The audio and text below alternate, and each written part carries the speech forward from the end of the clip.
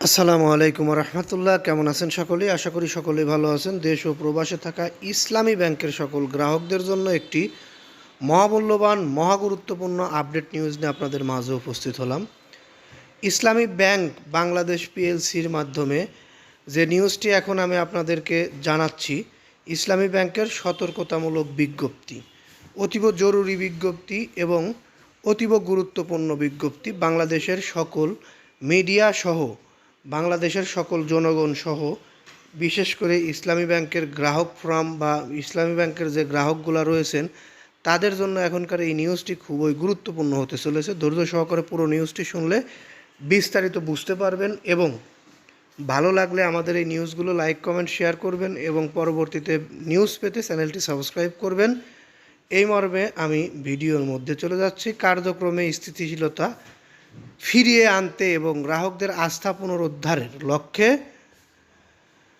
একটি সতর্কতামূলক বিজ্ঞপ্তি প্রকাশ করেছে ইসলামী ব্যাংক বাংলাদেশ পিএলসি। ব্যাংকটি জানিয়েছে, বাংলাদেশ ব্যাংকের তারল্য সহায়তার ফলে ব্যাংকের আর্থিক কার্যক্রম ধীরে ধীরে স্বাভাবিক অবস্থায় ফিরে আসছে এবং গ্রাহকদের লেনদেনও স্বাভাবিকভাবে পরিচালিত হচ্ছে। বিজ্ঞপ্তিতে ইসলামী ব্যাংকের স্বাভাবিক কার্যক্রমে কোনো ধরনের বাধা সৃষ্টি, শৃঙ্খলা বা স্থিতিশীলতা পরিস্থিতি তৈরি চেষ্টা আইনানুগভাবে দণ্ডনীয় অপরাধ হিসেবে বিবেচিত হবে।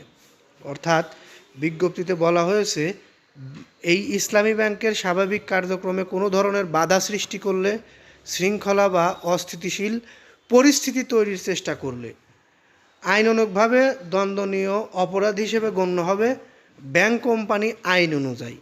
এই ধরনের কর্মকাণ্ডের বিরুদ্ধে প্রয়োজনীয় ব্যবস্থা নেওয়া হবে বলেও সতর্ক করা হয়েছে। সংশ্লিষ্টদের তথ্য মতে সম্প্রতি বিভিন্ন গুজব ও তারল্য সংকটের কারণে গ্রাহকদের মধ্যে কিছুটা উদ্বেগ তৈরি হয়েছিল। এর ফলে অনেক গ্রাহক একসঙ্গে আমানত উত্তোলনে আগ্রহী হন। তবে বাংলাদেশ ব্যাংকের সহায়তায় এবং ব্যাংক ব্যবস্থাপনার বিভিন্ন পদক্ষেপের কারণে পরিস্থিতি উল্লেখযোগ্যভাবে উন্নতি হয়েছে। মূলত নিউজটি আমরা সতর্কতামূলকভাবেই দেখব, কারণ ইসলামী ব্যাংক বাংলাদেশের একটি অত্যন্ত গুরুত্বপূর্ণ ব্যাংক। যে ব্যাংক নিয়ে আসলে গুজব ছড়ালে ব্যাংকের ক্ষতি হওয়াটা স্বাভাবিক। এবং আমরা দেখেছি এই ব্যাংকগুলো বর্তমানে মোটামুটি ভালো একটা পরিস্থিতিতে আসছে। আমরা আন্দোলনের কথা শুনেছি বা আমরা মানববন্ধনের কথা শুনেছি, সেগুলো যেভাবেই করুক না কেন সতর্কভাবে করতে হবে, কোনো ক্ষতি যেন ব্যাংকের না হয় বা কোনো গুজব যেন না ছড়ায়। এ কারণেই সতর্কতামূলক একটি বিজ্ঞপ্তি প্রকাশ করেছে ইসলামী ব্যাংক।